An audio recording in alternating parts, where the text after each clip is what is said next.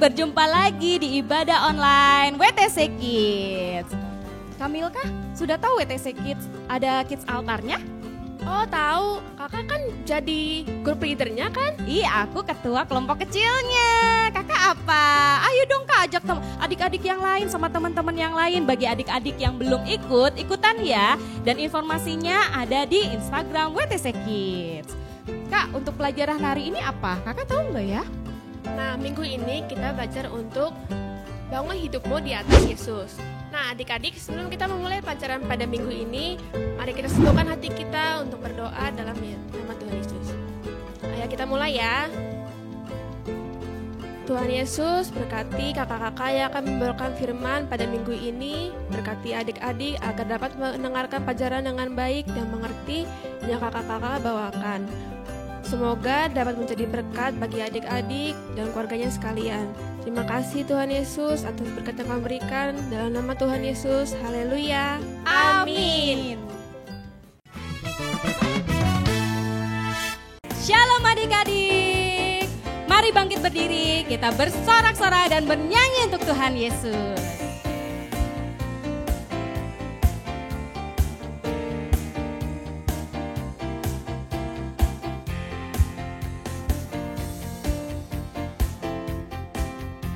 Katakan, hanya Kau milikku, hanya Kau milikku di surga.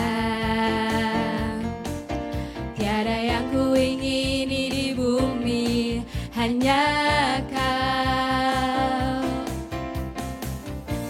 Tak ku andalkan kekuatanku,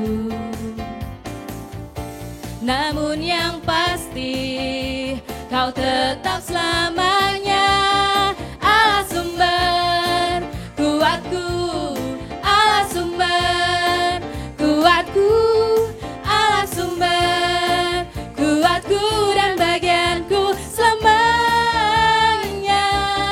Allah sumber kuatku, Allah sumber kuatku, Allah sumber kuatku dan bagianku selamanya, selamanya. Katakan dari awal ya adik-adik, hanya Tuhan Yesus milik kita di surga. Hanya Kau milikku di surga. Tiada yang ku ingini di bumi, hanya Kau. Oh, tak ku andalkan kekuatanku, namun yang pasti Kau tetap selamanya Allah sumber kuatku, Allah sumber kuatku, Allah sumber kuatku dan bagianku selamanya. Allah sumber kuatku, Allah sumber kuatku, Allah sumber kuatku dan bagianku selamanya, selamanya, selamanya, selamanya.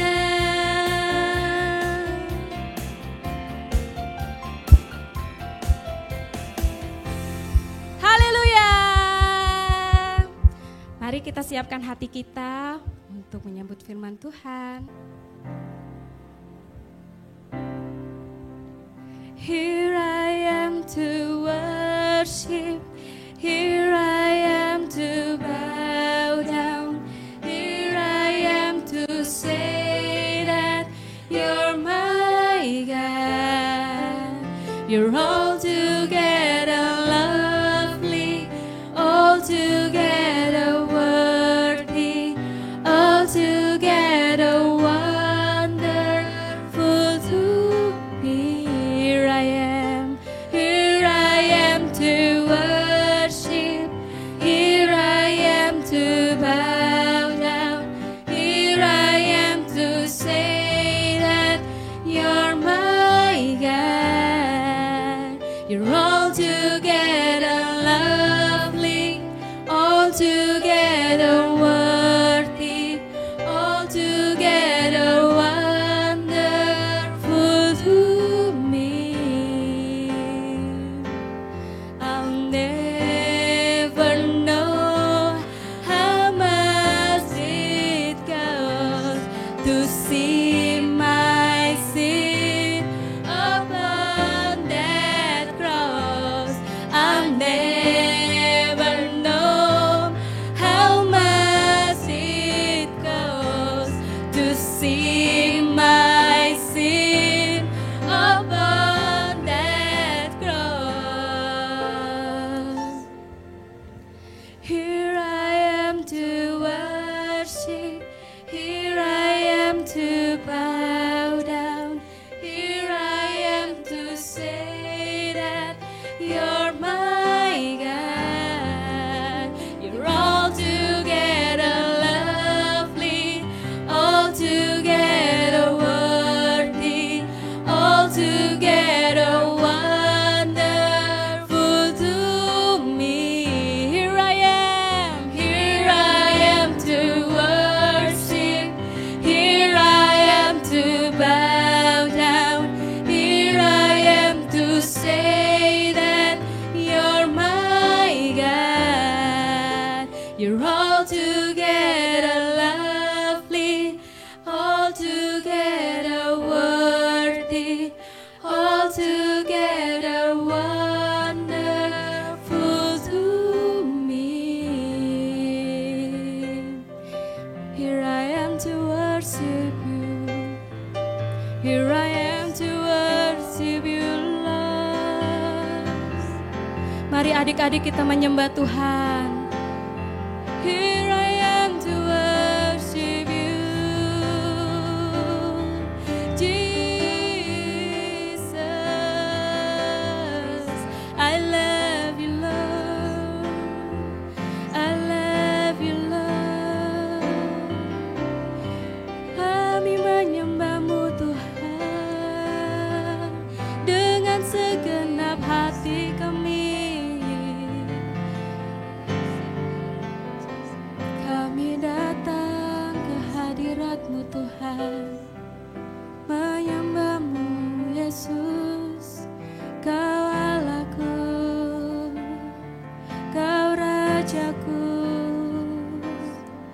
Kau Bapa yang baik, selalu ada bagi kami, Yesus.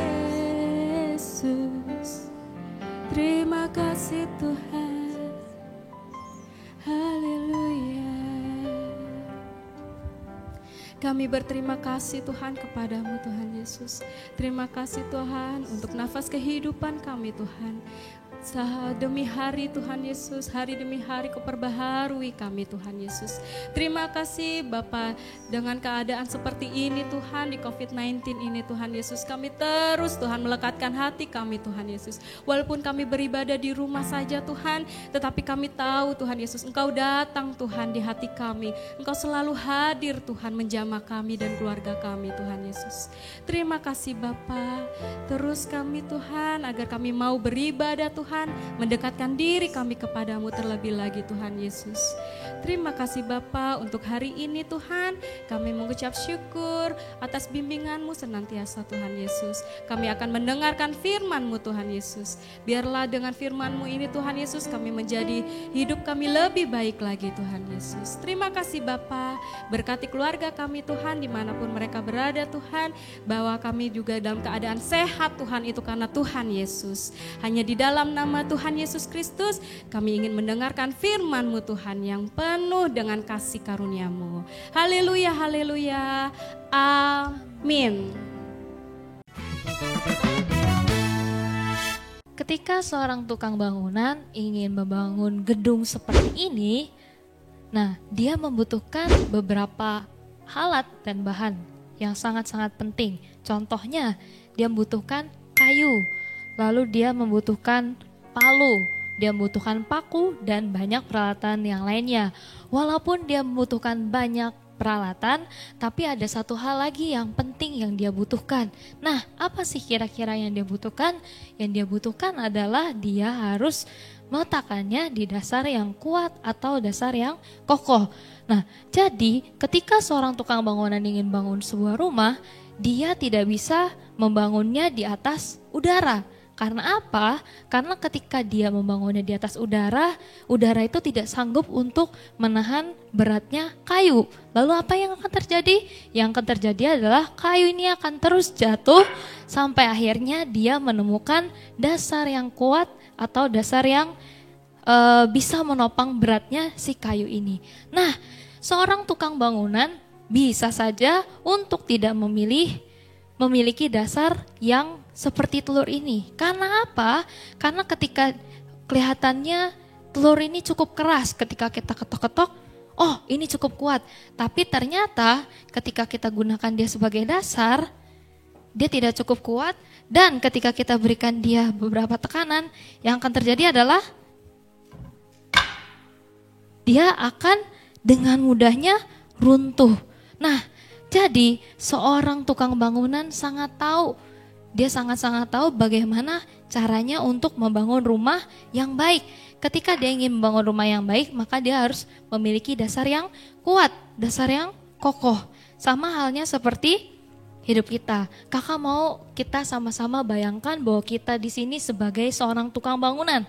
Dan bangunan ini adalah hidup kita. Ketika kita ingin memiliki hidup yang layak, ketika kita ingin memiliki hidup yang baik, maka kita harus membangun hidup kita di atas dasar yang kokoh, di atas dasar yang kuat. Nah, Kak Jessica mau ajak semua adik-adik untuk meletakkan hidup kita di atas dasar kita, yaitu Tuhan Yesus itu sendiri.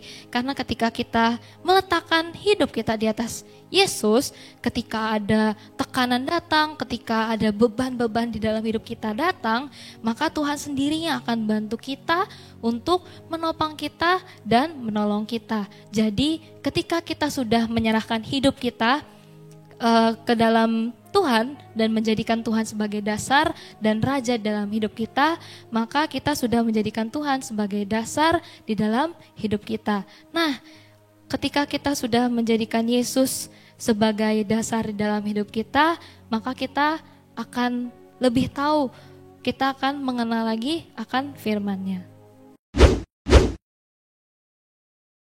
Bangun hidupmu di atas Yesus. Firman Tuhan hari ini tentang bagaimana hidup kita harus sesuai dengan firman Tuhan. Kita dengar firman Tuhan dan kita harus melakukannya, bukan melupakannya. Apa?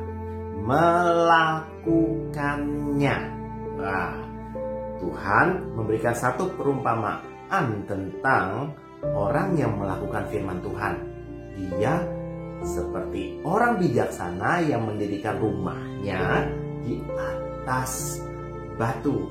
Ketika hujan datang, wah kalau adik-adik tahu hujan ya, hujan itu wah ada yang kencang, ada yang biasa.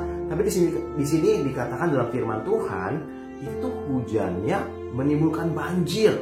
Banjirnya besar sekali, lalu datang angin. Firman Tuhan seperti itu. Kalian bacakan ya. Kemudian turunlah hujan dan datanglah banjir, lalu angin melanda rumah itu, tetapi rumah itu tidak rubuh sebab didirikan di atas batu. Jadi rumahnya didirikan di atas batu, maka rumahnya tidak rubuh. Maksudnya apa adik-adik? Waktu hidup kita sesuai dengan firman Tuhan, sama seperti rumah yang didirikan di atas batu. Dengar firman Tuhan dan melakukannya. Bangun hidupmu di atas Yesus. Bangun hidupmu sesuai dengan firman Tuhan. Perumpamaan yang kedua adalah orang yang mendengar firman Tuhan dan tidak melakukannya.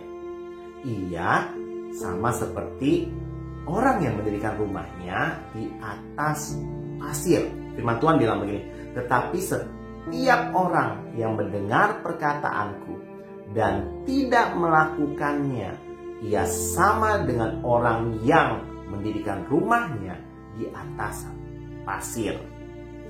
Maka datanglah banjir, hujan, ya.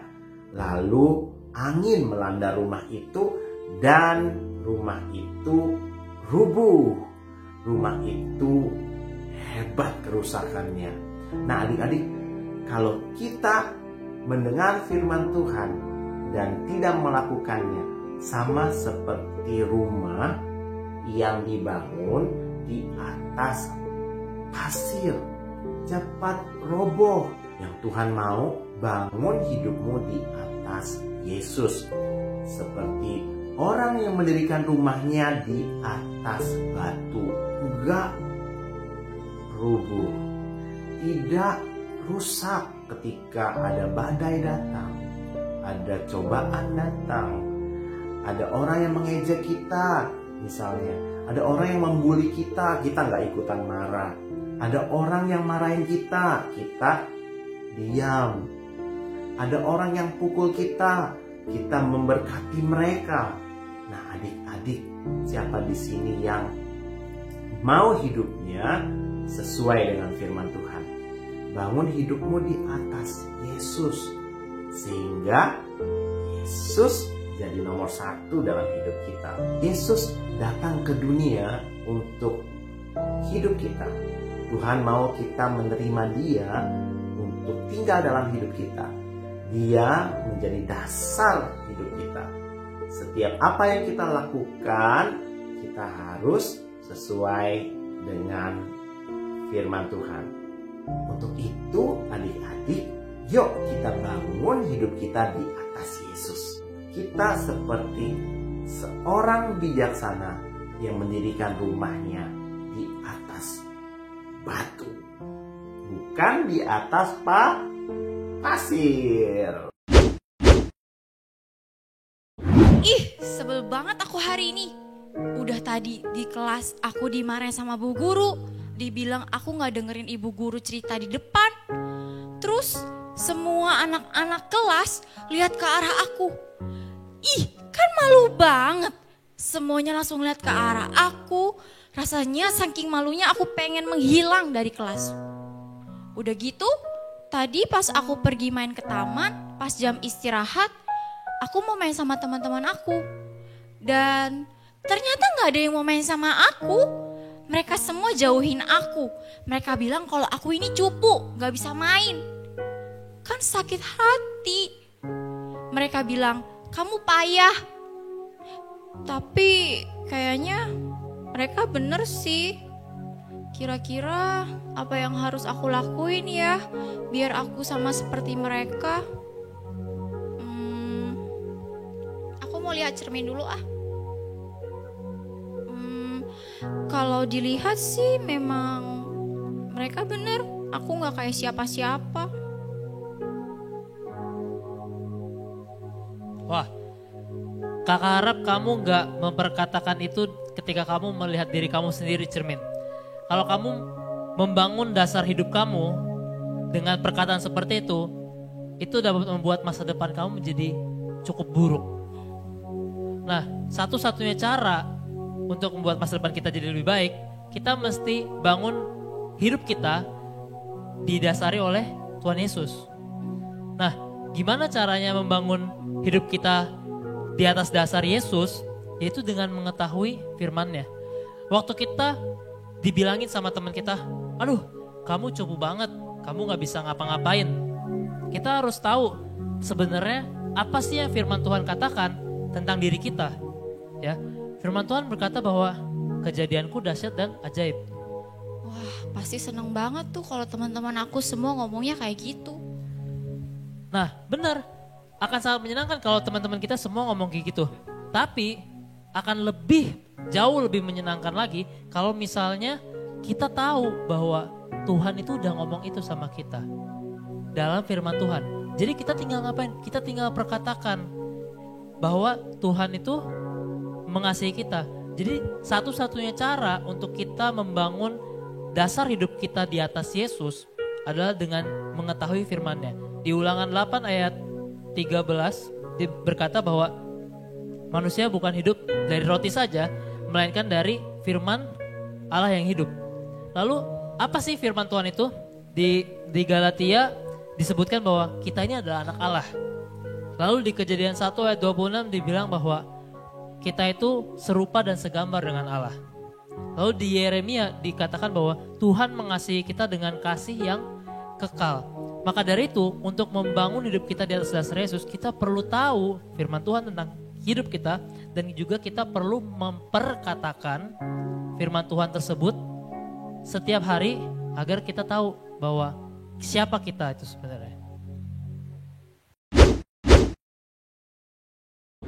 Ellen Sharkovich. Suatu hari, adik-adik, Ellen Sharkovich sedang menonton berita di TV. Berita penting hari ini. Yang dia baca akan dibuka sebuah perumahan yang baru di Sandyland. Karena tingkat ekonomi di Sandyland bagus dan para developer Sandyland akan habis-habisan membangun perumahan ini sehingga menjadi perumahan yang terbaik di seluruh kota. Sandyland terkenal karena pantainya yang berpasir, tetapi pondasinya sangat lemah. Para pembangun dan pengembang perumahan memberikan kepastian kepada seluruh warga kota bahwa mereka memiliki pondasi batu yang baru yang kokoh di bawah pasir. Tapi adik-adik, Ellen tidak percaya pada pengembang perumahan dan para pembangun. Ellen mulai menyelidiki dan melakukan penelitian. Ellen tidak percaya dengan berita yang dia dengar dan dia lihat. Bukan hanya Sandyland tidak dibangun di atas dasar atau pondasi yang kokoh. Sebenarnya semua rumah yang mahal yang akan dibangun ternyata di bawahnya adalah tempat limbah beracun. Dan ini ada dalam laporan Dewan Kota. Oh, tidak, kata Ellen. Dewan Kota menyetujui pembangunan ini. Padahal mereka sudah memberikan laporan. Tidak mungkin kan sebuah kota dibangun di atas dasar pondasi yang tidak bagus. Apalagi ini di atas tempat penimbunan limbah, sampah beracun. Nah adik-adik, setelah dia terus membaca, Ellen melihat laporan yang ditulis oleh Dan Sharketer, yaitu pemimpin perusahaan yang akan membangun di Sandyland. Semua petugas kota percaya tanpa melakukan penelitian lagi. Di sini adik-adik, Dewan Kota membuat kesalahan.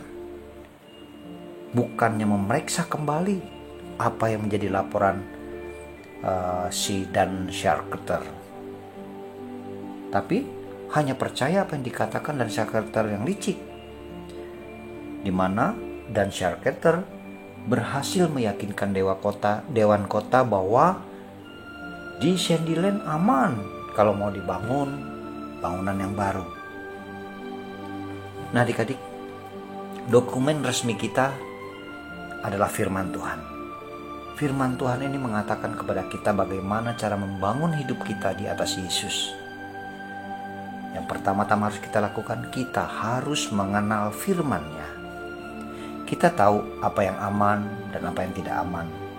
Kita tahu karena tertulis dalam Alkitab. Nah adik-adik, sudah sangat jelas bahwa Sandyland adalah daerah terlarang karena dia ada di atas timbunan limbah beracun. Namun para pembangun atau kontraktor tidak menghiraukan laporan itu. Yang mereka pikirkan hanya uang, dan uang.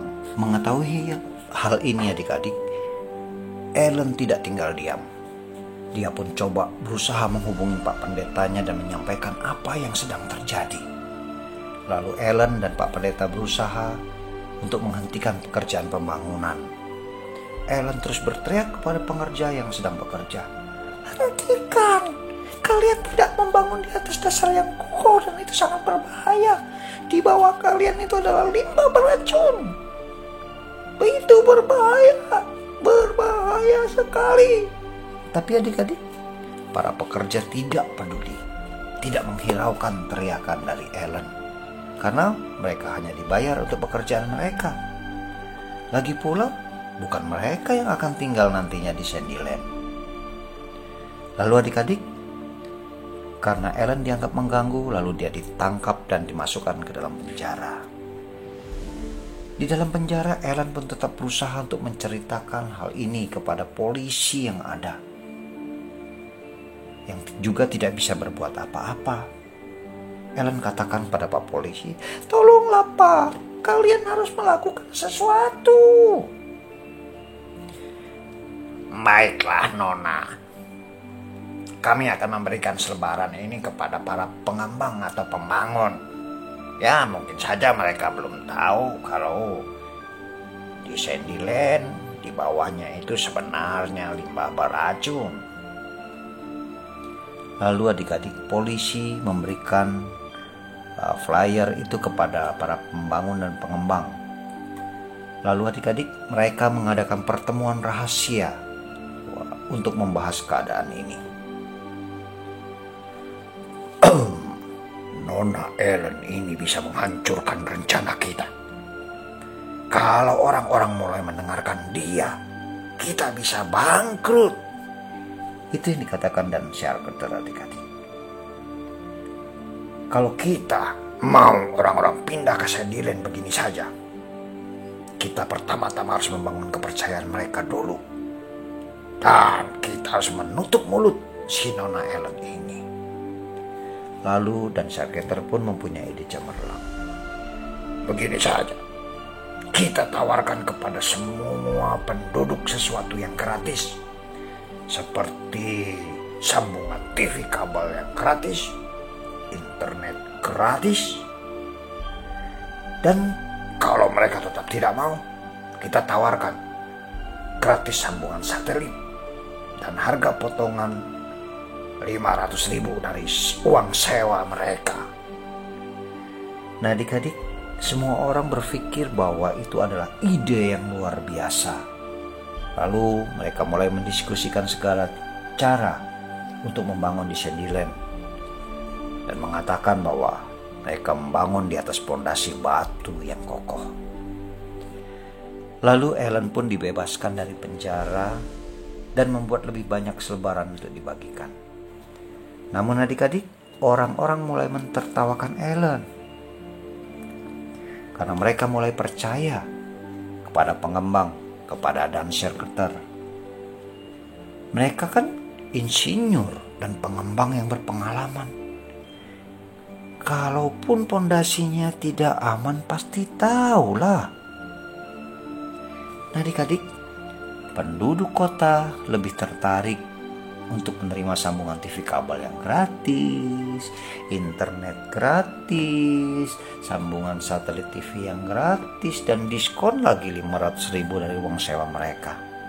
Padahal mereka akan menempati tempat tinggal yang tidak kokoh karena dibangun di atas dasar atau pondasi yang tidak baik, yang tidak kuat. Nah adik-adik, Dan Sharketer pun berhasil membangun kepercayaan penduduk kota. Dan penduduk kota pun menerima bahwa kota mereka akan dikembangkan dan dibangun dengan bangunan-bangunan yang baru. Begitu juga dengan kita adik-adik. Kita sering mendengar dan percaya pada orang lain lebih daripada percaya kepada Yesus. Padahal Tuhan Yesus sudah memberikan firman-Nya. Firman-Nya adalah janji untuk kita adik-adik. Kita bisa percaya pada setiap perkataan firman Tuhan. Ketika kita meletakkan kepercayaan kita kepada firman Tuhan, segala sesuatu dalam kehidupan kita menjadi kokoh adik-adik. Ingat, Yesus adalah pondasi yang teguh bagi kita. Yesus bukan pengusaha yang licik seperti Dan Sharketer. Dan Sharketer hanya tertarik pada dirinya sendiri. Nah, adik-adik, penduduk kota pun mulai terus percaya pada pengembang yang dipimpin oleh Dan Sharketer yang licik. Sementara itu adik-adik, teman-teman Ellen yang lain berdiri di luar kota. Dan mereka mulai memperingatkan teman-teman mereka yang lain untuk tidak mempercayai Dan Sharketer. Dan mereka meminta teman-teman mereka untuk memikirkan masa depan mereka. Karena mereka pun tahu bahwa kota yang akan dibangun pondasinya tidak kokoh. Bahkan apapun yang akan dibangun akan runtuh. Tapi adik-adik, penduduk kota tidak peduli. Mereka lebih memilih mengikuti tawaran dari Dan Schachter yang licik dan jahat. Lalu kota pun mulai dibangun. Penduduk mulai pindah menghuni Sandyland yang baru. Dan mereka tidak peduli dengan pondasi yang tidak kokoh. 2 tahun kemudian, mereka mulai tidak puas di tempat yang baru. Mereka ingin menambah lebih banyak lagi bangunan. Mereka mau lebih banyak toko. Mereka mau lebih banyak kamar tambahan di rumah mereka untuk disewakan. Dan mereka pun mulai membangun di Sandyland. Mereka membangun, dan membangun. Sampai suatu hari adik-adik, mereka menemukan suatu retakan di pondasi sepanjang kota mereka. Mana-mana limbah beracun mulai bocor ke seluruh kota melalui pondasi yang berpasir itu. Adik-adik, beberapa dari penduduk kota tidak bisa keluar dari kota dengan cepat. Akhirnya apa? Mereka terjebak dalam limbah beracun. Mereka mati karena pondasi yang mereka gunakan untuk membangun kota bukanlah pondasi yang kokoh. Bahkan di kota mereka dibangun di atas tempat penimbunan limbah beracun yang sangat berbahaya. Itulah akibatnya adik-adik, di saat mereka tidak mengikuti arahan yang benar, tidak mau percaya pada yang benar. Kita harus percaya pada firman Tuhan yang benar adik-adik, apapun yang terjadi. Halo teman-teman, kali ini kita akan membuat rumah dari kertas origami. Bahan-bahannya adalah 1 kertas kosong, kertas origami, spidol yang berwarna, lem, dan juga gunting. Yuk kita mulai. Nah, jadi pertama-tama adalah kita ambil 1 kertas origami, lalu kita lipat.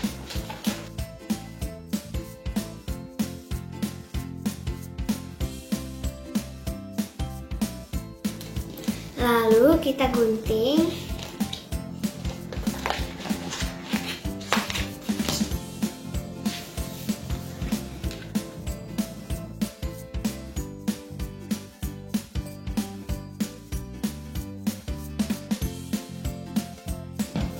Dan kita tempel.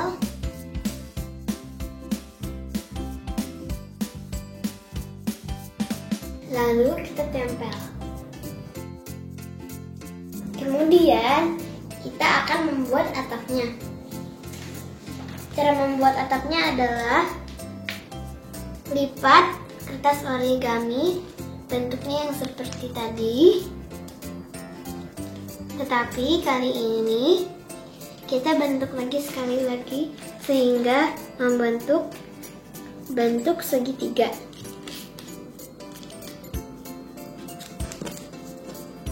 Lalu kita gunting.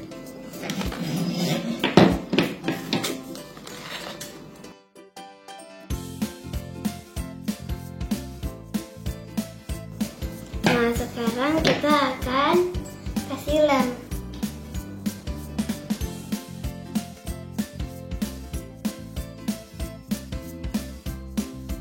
Kemudian kita akan tempel di atas sini.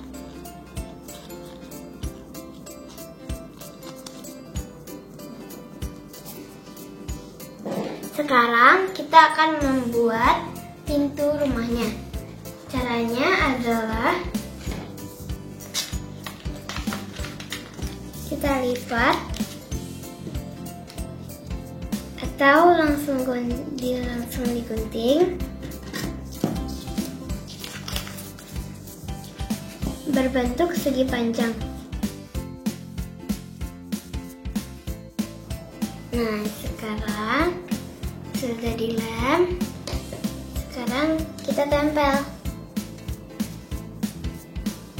di tengah-tengah sini. Sekarang kita buat jendelanya. Dan caranya adalah kita gunting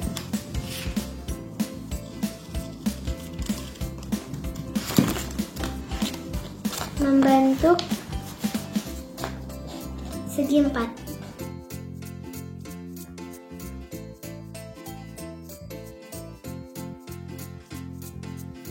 Nah, sekarang ini kita lem.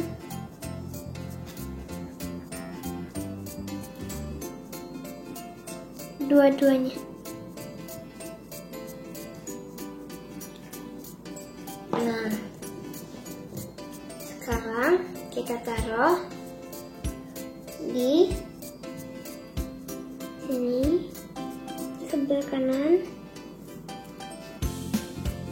dan juga di sebelah kiri. Nah, ini rumahnya sudah selesai nih. Nah, sekarang tiba saatnya kita menghias.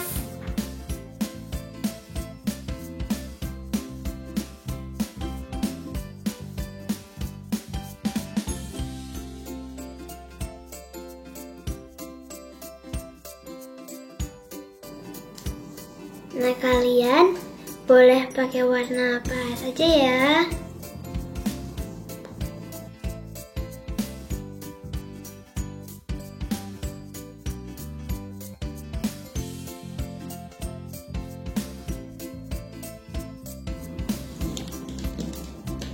Dan juga dekorasinya juga bisa pakai apa saja.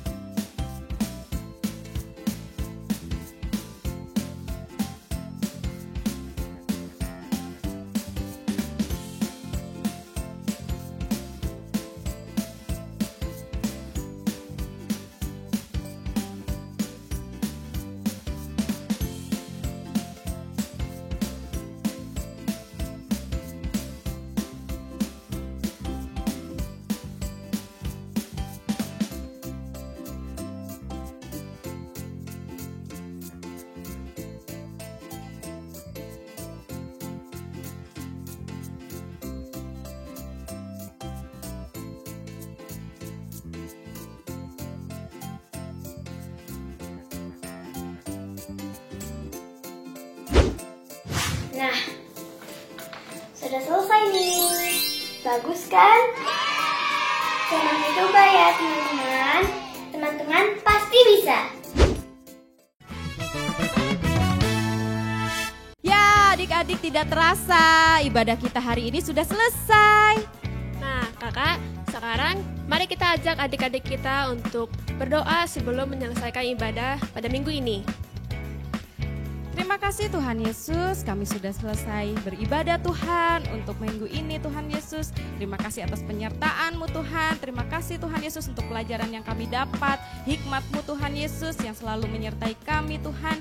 Dalam setiap pelajaran kami dapat mengerti akan firman-Mu Tuhan Yesus. Terima kasih Bapa, Engkau selalu mengampuni setiap kesalahan kami, dosa kami Tuhan Yesus. Berkati kami Tuhan yang terus akan bersemangat beribadah Tuhan. Dan kami akan juga gabung Tuhan di Kids Altar Tuhan Yesus, agar kami bisa bersekutu dengan-Mu lebih lagi Tuhan Yesus.